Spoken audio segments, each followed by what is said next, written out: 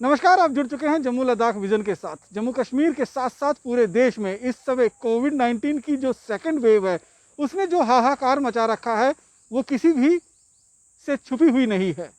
लगातार मौतों का आंकड़ा देश में बढ़ता जा रहा है और उसके साथ साथ में जम्मू कश्मीर में भी जो मौतों का आंकड़ा है, वो रुकने का नाम नहीं ले रहा है। हर दिन एक नया आंकड़ा आता है जो एक नया रिकॉर्ड बनाता है। आखिरकार जम्मू में इतनी मौतें क्यों हो रही हैं और इसकी जिम्मेवारी आखिरकार किसकी बनती है? हम लगातार इस सवाल को उठाते हुए राजनीतिक पार्टियों के साथ साथ प्रशासनिक अधिकारियों से बातचीत कर रहे हैं।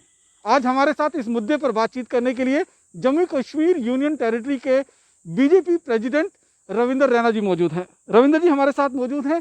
इनसे हम उस हर सवाल का जवाब मांगने की कोशिश करेंगे जो आज जनता पूछ रही है। रविंदर जी, बहुत बहुत स्वागत है जम्मू लद्दाख में। धन्यवाद आपका। जम्मू कश्मीर में कोविड-19 की जो सेकंड वेव चल रही है, उसके चलते हर दिन 50 से ज़्यादा लोगों की मौत हो रही है। जिम्मेवारी कहीं तो तय करनी पड़ेगी ना। कहाँ आप मानते हैं कि गलतियां हो रही हैं? पूरी दुनिया को इस कोरोना वायरस महामारी ने अपनी चपेट में लिया है। दुनिया के बड़े बड़े देश, अमेरिका, इंग्लैंड, इटली, जर्मनी जैसे देश, ब्राज़ील जैसे देश धराशायी हुए हैं इस कोरोना वायरस महामारी की चपेट में आने के बाद। हमारे देश में भी कोरोना वायरस से लगातार जो है एक प्रकार की जंग लड़ी जा रही है। युद्ध जैसे हालात हैं। आज चाहे हमारी केंद्र की नरेंद्र मोदी साहब की सरकार हो, चाहे हमारे जम्मू कश्मीर के लेफ्टिनेंट गवर्नर साहब हों, दिन रात, और यहाँ तक कि भारतीय जनता पार्टी के नाते से भारतीय जनता पार्टी के हजारों लाखों कार्यकर्ता इस समय गांव में, शहर में, पहाड़ में, मैदान में, चारों तरफ सेवा कार्यों में जुटे हैं। यह हमारी जिम्मेवारी है, यह हमारा दायित्व है कि अपने लोगों की हिफाजत करना, सेवा करना, रक्षा करना। दिन रात हमारे कार्यकर्ता सेवा भाव से, सेवा ही संगठन है, इस मिशन को लेकर काम कर रहे हैं। और आप देख रहे हैं कि शुरू के अंदर जब कोरोना वायरस महामारी की दूसरी वेव आई, उस वक्त बहुत बड़ा हड़कंप मचा था। और जब वो हड़कंप मचा, कहीं ऑक्सीजन की प्रॉब्लम आ गई, कहीं वेंटिलेटर्स की प्रॉब्लम आ गई। क्योंकि पूरे जम्मू संभाग के अंदर एक ही मेडिकल कॉलेज जीएमसी ऑपरेशनल था, एक ही कॉलेज। और धीरे धीरे जब अलग अलग जो मेडिकल कॉलेजेस हैं, मोदी सरकार ने, प्रधानमंत्री मोदी जी ने अपने पहले कार्यकाल के दौर में जम्मू कश्मीर को 6 मेडिकल कॉलेज दिए, जिनमें से 4 जम्मू में स्थापित हुए। जब उन मेडिकल कॉलेजेस ने काम करना शुरू कर दिया, रजौरी मेडिकल कॉलेज ने रजौरी और पुंछ डिस्ट्रिक्ट्स को कैटर करना शुरू किया। उसके बाद सांबा डिस्ट्रिक्ट हॉस्पिटल में ऑक्सीजन प्लांट लग गया, कठुआ मेडिकल कॉलेज फंक्शनल हो गया, डोडा का मेडिकल कॉलेज जो फंक्शनल हो गया, तो जीएमसी पर रश कम होना शुरू हुआ। और स्थानीय जिलों के अंदर, अलग अलग जिलों में जो कोरोना संक्रमित जो लोग थे, उनका उपचार होना शुरू हुआ, आज भी हो रहा है। और जो शुरुआत के अंदर एक हड़कंप मचा था, वो कुछ हद तक कंट्रोल हुआ है। हालांकि अभी भी बड़े पैमाने पर संक्रमित लोगों का संक्रमण और इन्फेक्टेड होना जारी है। उसके लिए हम सबको मिलकर प्रयास करना पड़ेगा, प्रशासन को भी काम करना पड़ेगा।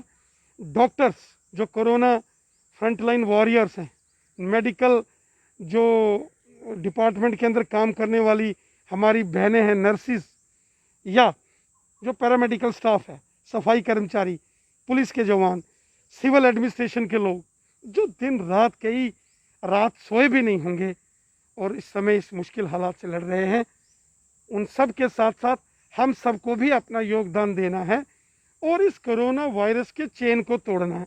ये बहुत ज़रूरी है, ये सबको मिलकर तोड़ना पड़ेगा।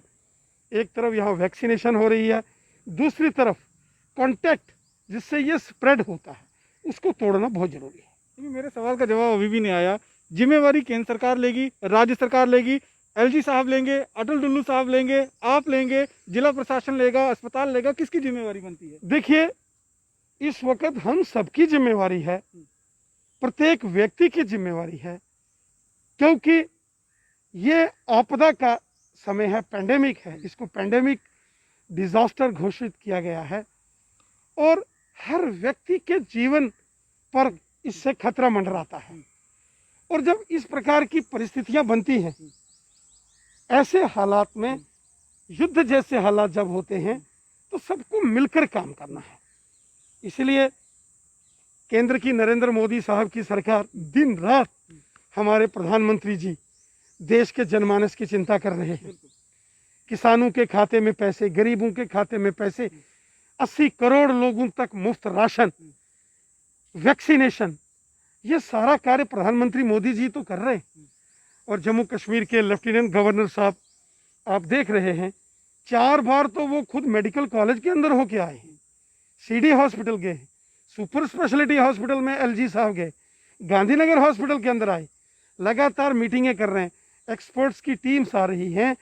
हम सबका मिशन है, हम सब मिशन मोड पर काम कर रहे हैं।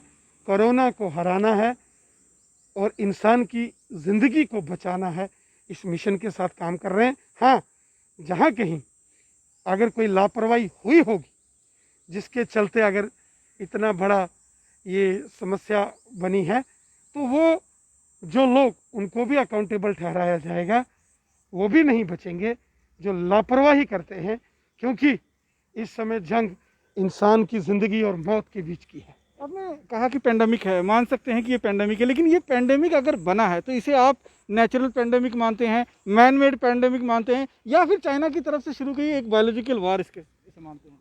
देखिए, पूरी दुनिया इस वायरस से त्रस्त हुई है, पूरी दुनिया इस वायरस की चपेट में आई है और पूरी दुनिया में बर्बादी हुई है।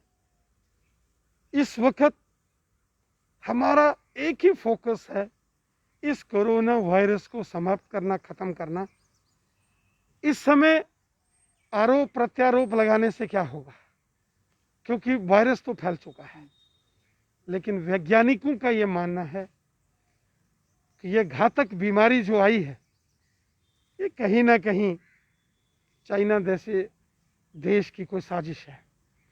जिस चाइना के वुहान में ये वायरस पहले बाहर सामने आया, उस वुहान के अंदर तो आज बड़े जश्न होते हैं, पार्टीज होती हैं। और अमेरिका के पूर्व राष्ट्रपति डोनाल्ड ट्रंप ने भी इस वायरस को चाइनीज वायरस कहा था। लेकिन इस समय मेरा मानना है कि आरोप प्रत्यारोप लगाने से कुछ नहीं होगा, ना ही ये ब्लेम गेम का टाइम है। इस वक्त हमारा मिशन है लोगों की जिंदगियां बचाना, कैसे अपने लोगों को सुरक्षित। वक्त ऐसा आएगा जब सारी दुनिया मिलकर चाइना को इस साजिश का जवाब देगी। देखिए, चाइना ने बहुत अपराध किया है। अगर तो ये साबित होता है कि ये चाइना ने ये सारा षड्यंत्र, ये प्रपंच एक बायोलॉजिकल वार चाइना ने लड़ा है, तो ये एक प्रकार का बायोलॉजिकल वार है। वैसे जिस प्रकार से इस कोरोना वायरस ने पूरी दुनिया में तबाही मचाई है, जंग के अंदर, युद्ध के अंदर भी तो ऐसे ही होता है।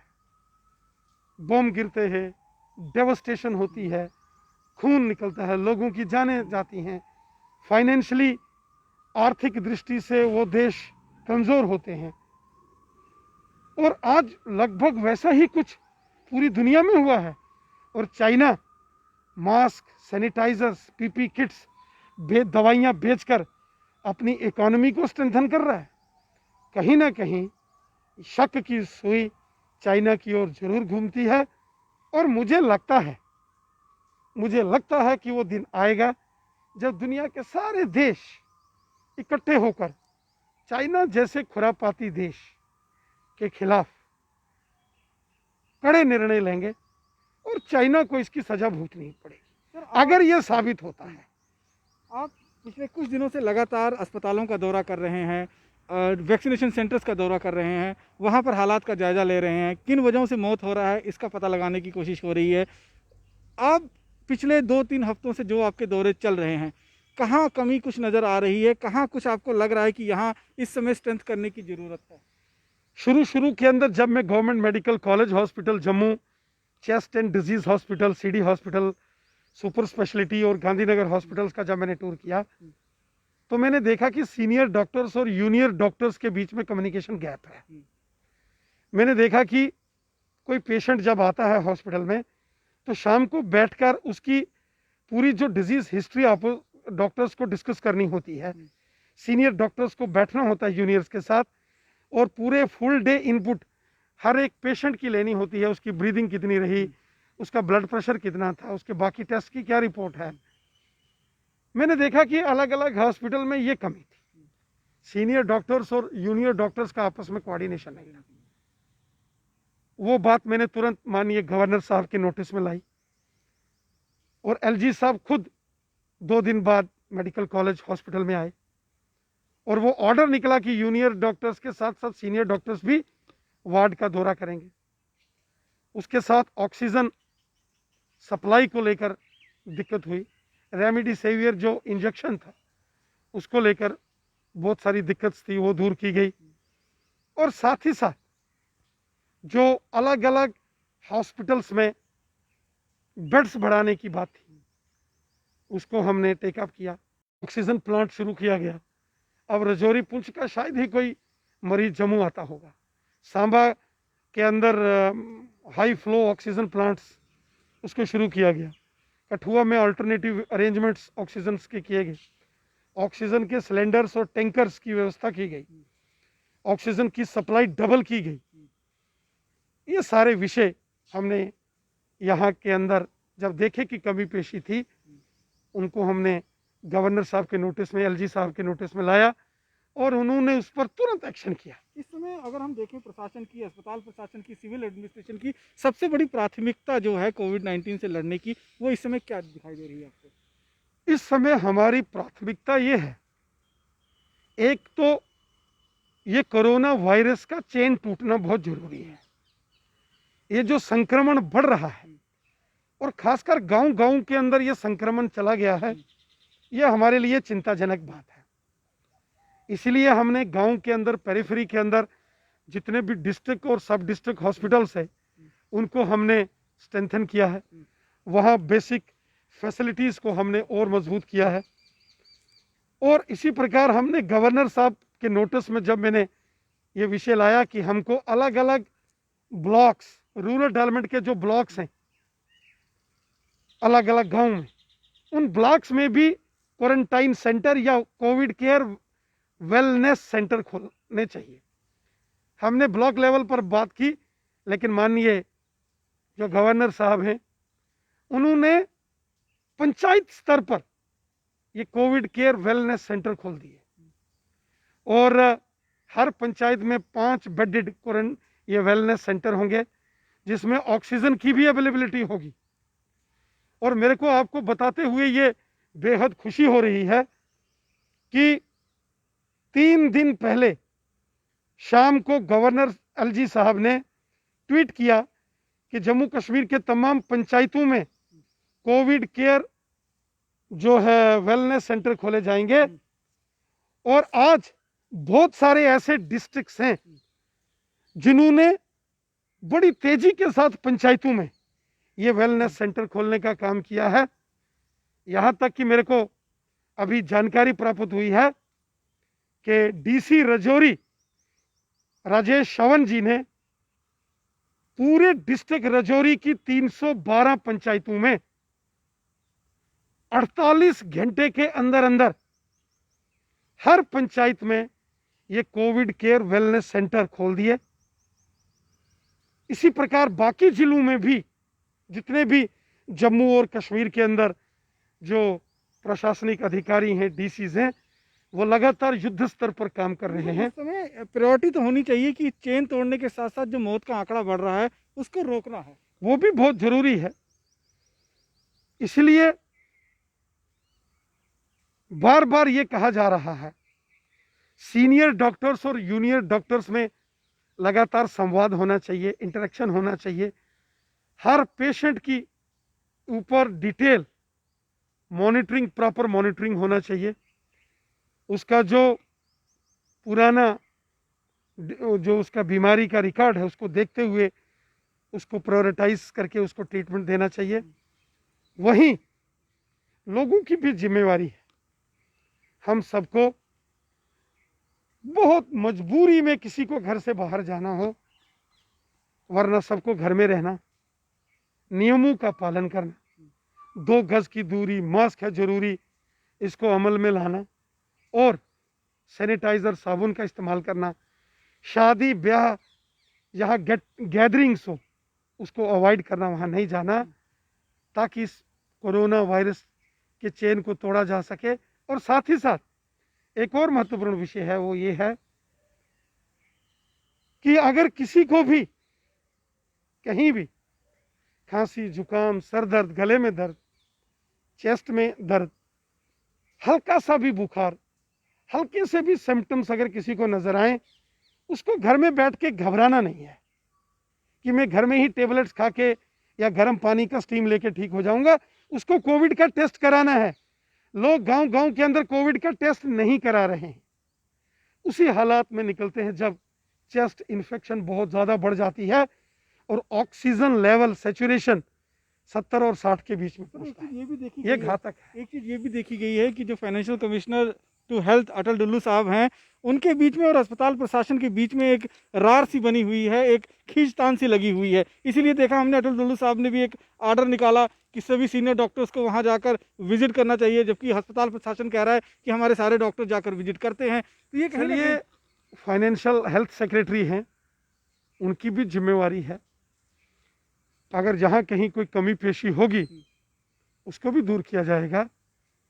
सभी लोग मिलकर पूरी इंटीग्रिटी और ईमानदारी के साथ, सेवा भाव से हम सबको काम करना है, चाहे वो प्रशासनिक अधिकारी हों, चाहे राजनीतिक पार्टियों के कार्यकर्ता हों, चाहे जो है डॉक्टर्स हों।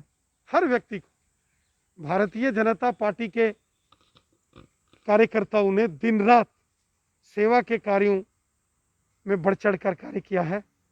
1200 यूनिट से ज़्यादा ब्लड पॉइंट्स का डोनेशन बीजेपी के कार्यकर्ताओं ने किया है, युवा मोर्चा के कार्यकर्ताओं ने किया है। 300 से ऊपर प्लाज्मा डोनेट किया है। ड्राई राशन या पका हुआ राशन हो, या सैनिटाइजर्स हो, दवाइयाँ हों, या कहीं कहीं किसी ज़रूरतमंद को अगर पैसे की भी ज़रूरत पड़ी है, तो हमारे कार्यकर्ताओं ने अपने समर्थ से ज़रूरतमंद लोगों की मदद की है। इस समय ईंट के भट्ठों पर काम बंद है, लेबरर्स का काम बंद है, लॉकडाउन है, तो ऐसे तमाम ज़रूरतमंद लोगों तक राशन पहुंचाना, ये सारे कार्य भारतीय जनता पार्टी के कार्यकर्ता कर रहे हैं। कहीं ना कहीं क्योंकि तो आपके एमपी साहब ही खोल रहे हैं ना। उनका कहना है कि रजौरी पुंछ में वेंटिलेटर हैं लेकिन वो चल नहीं रहे हैं। अब ये क्या है? प्रधानमंत्री नरेंद्र मोदी साहब ने पीएम केयर्स फंड से हर हॉस्पिटल में, डिस्ट्रिक्ट हॉस्पिटल, सब डिस्ट्रिक्ट हॉस्पिटल्स, कहीं कहीं प्राइमरी हेल्थ सेंटर्स तक वेंटिलेटर्स दिए। अब वो कहीं टेक्निकल स्टाफ के शॉर्टेज के कारण से ऑपरेट नहीं हो पाए, और जब भी ये सारा विषय, जैसे सांसद महोदय जुगल जी ने भी अलग अलग क्षेत्रों का टूर करके जानकारियां लाई, हमने ये सारी जानकारियां एलजी साहब के समकक्ष रखी, और इन सब का समाधान हो रहा है। अलग अलग डिस्ट्रिक्ट हॉस्पिटल में वेंटिलेटर्स को अब ऑपरेट किया जा रहा है। सर, ये तो वो बात होगी ना कि बॉर्डर पर सैनिक बैठे हुए हैं, बंदूक लिए हैं, लेकिन गोलियां नहीं है। इस बॉर्डर पर जवान भी डटे हैं, बंदूकें भी हैं, गोलियां भी हैं, सारी व्यवस्थाएं हैं। और जहां कहीं कमी पेशी है, कमी पेशी तो है, ऐसा नहीं है कि नहीं, कमी पेशी है, स्टाफ की कमी है, डॉक्टर्स की शॉर्टेज है, पैरामेडिकल स्टाफ, नर्सिस की शॉर्टेज है। ये सारे गैप्स, ये सारी बॉटलनेक्स तेजी से दूर की जा रही हैं, क्योंकि हमारा लक्ष्य है तमाम इंसानों की जिंदगियां बचाना। अभी दूसरी वेव से हम लड़ाई लड़ रहे हैं तो उसने हमारा इतना बुरा हाल किया है। अब तीसरी वेव के आने की बात कही जा रही है, उसके लिए आज से ही तैयारियां करनी पड़ेगी। इस वेव से अगर हम अच्छे तरीके से निकल जाएंगे सफलतापूर्वक अगर निकल जाते हैं तो हम तीसरी वेव को भी कंट्रोल कर लेंगे। सर आपने कहा कि जिस तरह से शॉर्टेज है पैरामेडिकल स्टाफ की, नर्सिंग स्टाफ की जो है शॉर्टेज है, तो अब डीआरडीओ के जो हॉस्पिटल बन रहे हैं उनके लिए मैन पावर कहाँ से आएगी, कैसे उनको उनमें जो है उपचार होगा? जो डीआरडीओ के 2 बड़े हॉस्पिटल, एक जम्मू में और एक श्रीनगर में बनाया जा रहा है, 500 बेडेड हॉस्पिटल होगा। इसमें वो तमाम इंतज़ाम किए जाएंगे क्योंकि ये exclusive special Covid care hospitals हैं। इसका खाका हमने सरकार ने, एलजी साहब ने तैयार कर लिया है। इन हॉस्पिटलों में किसी भी प्रकार की कमी आपको नहीं नज़र आएगी। नई रिक्रूटमेंट हो या जो डॉक्टर्स रिटायर्ड हो गए हैं, वॉलेंटरीली सर्विसेज देना चाहते हैं, उनका भी सदुपयोग करेंगे। और कहीं अगर हमको कुछ नए डॉक्टर्स की रिक्रूटमेंट भी करनी पड़ेगी, वो भी करेंगे। ये दोनों कोविड केयर हॉस्पिटल बहुत अच्छे तरीके से हम आखिरी पैदान पे हूँ सर मैं कि आपकी तरफ से हमेशा कहा गया कि जो जम्मू कश्मीर में सरकारें रहीं उन्होंने पिछले 70 सालों में चाहे स्वास्थ्य को लेकर हो या इंफ्रास्ट्रक्चर को लेकर कोई काम नहीं किया, जिसकी वजह से आज हमें वो पूरा स्थिति जो देखनी पड़ रही है। लेकिन 6 साल हो गए आपकी भी सरकार को जम्मू कश्मीर के अंदर, चाहे 3 साल आपकी सरकार पीडीपी के साथ हो और अब एलजी गवर्नमेंट भी आप ही की सरकार मानी जा रही है, तो क्या आपकी तरफ से कुछ ऐसी कोशिश हुई, क्योंकि वेव 1 आने के बाद क्या इतना इंफ्रास्ट्रक्चर हमने खड़ा कर पाया? यहाँ पर 3 आपके स्वास्थ्य मंत्री जम्मू कश्मीर के अंदर आपके कोटे से रहे, उन लोगों ने क्या किया? अभी मैं किसी राजनीतिक ब्लेम गेम में नहीं पढ़ना चाहता। आपकी जिम्मेवारी पूछ रहा हूँ सर, आप जो थे, मैं थे 70 साल किन किन लोगों ने राज किया, 70 साल जो सरकारें रही, उन्होंने क्या किया या क्या नहीं किया वो जनता बाखूबी जानती है। और मैं उस पर कोई राजनीतिक टिप्पणी नहीं करूंगा। लेकिन यहाँ तक भारतीय जनता पार्टी का सवाल है, ये मोदी सरकार है कि जिन्होंने जम्मू कश्मीर को 6 मेडिकल कॉलेज दिए और 6 में से 4 मेडिकल कॉलेज लगभग बनकर तैयार हैं जम्मू रीजन के, राजौरी, कठुआ, उधमपुर और डोडा। वहीं मोदी सरकार ने डिस्ट्रिक्ट हॉस्पिटल्स और सब डिस्ट्रिक्ट हॉस्पिटल्स में इंफ्रास्ट्रक्चर और इक्विपमेंट्स, मेडिकल इक्विपमेंट्स, ये सब अच्छे से अलग अलग हॉस्पिटल्स के अंदर इनके लिए फंडिंग की। जम्मू के अंदर एम्स जैसा बहुत बड़ा हॉस्पिटल, हम बचपन से देखते हैं हमारे देश में एक ही एम्स हॉस्पिटल है दिल्ली में, अब दूसरा एम्स हॉस्पिटल जम्मू के सांबा में बन रहा है। ये सारा काम बीजेपी ने, मोदी सरकार ने किया है। मोदी सरकार ने 6 साल में 6 मेडिकल कॉलेज दिए, जबकि 70 साल में जिन लोगों ने यहाँ राज किया उन्होंने 1 मेडिकल कॉलेज बनाया, उसकी भी खस्ता हालत रही। जम्मू कश्मीर के एक ऐसे स्वास्थ्य मंत्री थे जिनके, जब वो स्वास्थ्य मंत्री थे, उनकी काफ़ी प्रशंसा होती थी। चौधरी लाल सिंह की बात कर रहा हूँ, काफ़ी अनुभवी इस महकमे में उनको माना जाता है और उन्होंने पूरा स्ट्रीमलाइन कर दिया था हॉस्पिटल सिस्टम को।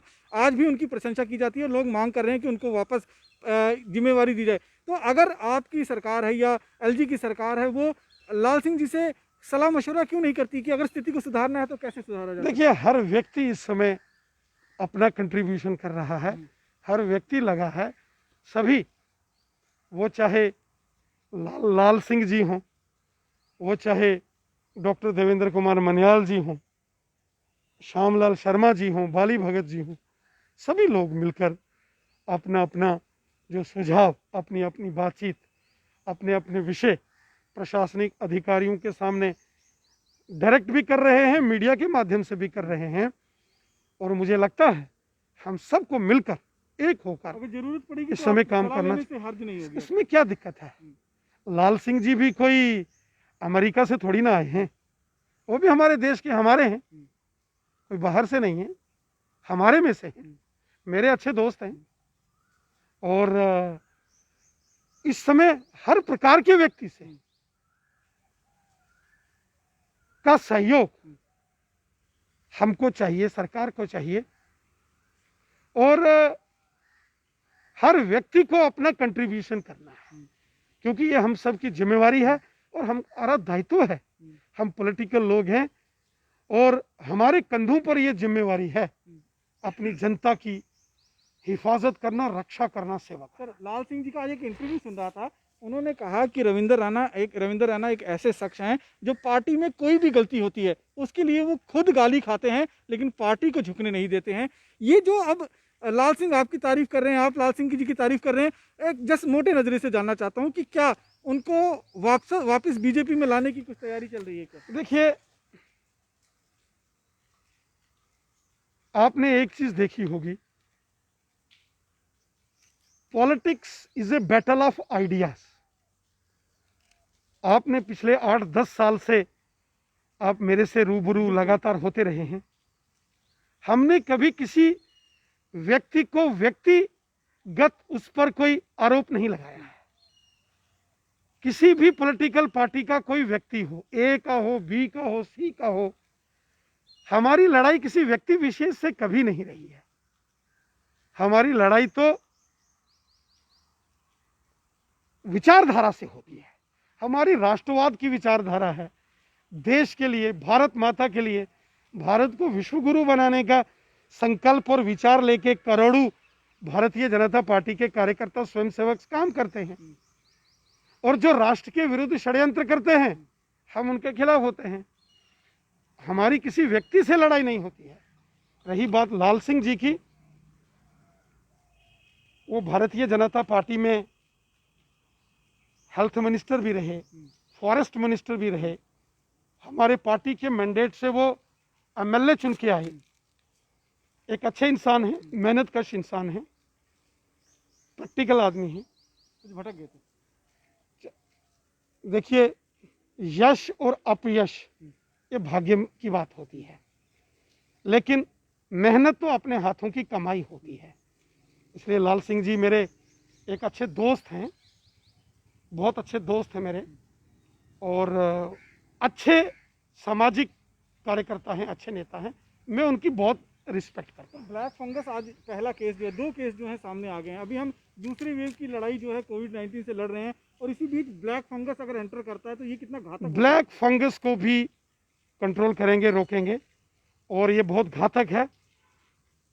ये इसका एक केस जम्मू मेडिकल कॉलेज के अंदर आज एक रिपोर्ट हुआ है, इसलिए और अधिक सावधानियां बरतने की जरूरत है। थैंक बहुत यू। बहुत शुक्रिया। तो ये थे बीजेपी के जम्मू कश्मीर यूटी प्रेसिडेंट रविंद्र रैना जी, जिन्होंने साफ तौर पर माना कि इस समय अस्पतालों के अंदर कुछ एक कमियां नजर आ रही हैं। अस्पतालों के अंदर मैन पावर कम है, अस्पतालों के अंदर डॉक्टर्स के आपस में जो बातचीत होती है उसमें कहीं ना कहीं कुछ एक बीच की लाइन जो है वो सामने दिखाई दे रही है। नर्सिंग स्टाफ जो है वो कम है, लेकिन उसके बावजूद राज्य सरकार यानी कि यूटी प्रशासन के साथ साथ केंद्र सरकार इस बात की पूरी कोशिश कर रहा है कि जो दूसरी वेव देश के अंदर इस समय हाहाकार मचा रही है उसे तीसरी वेव में कन्वर्ट ना होने दिया जाए। इसीलिए डीआरडीओ जैसे संस्थान अब जम्मू और श्रीनगर में 500 बेड के 2 अत्याधुनिक हॉस्पिटल जो हैं वो तैयार कर रहे हैं, ताकि अगर स्थिति यहां से बिगड़ती है तो उसे समय रहते संभाला जा सके।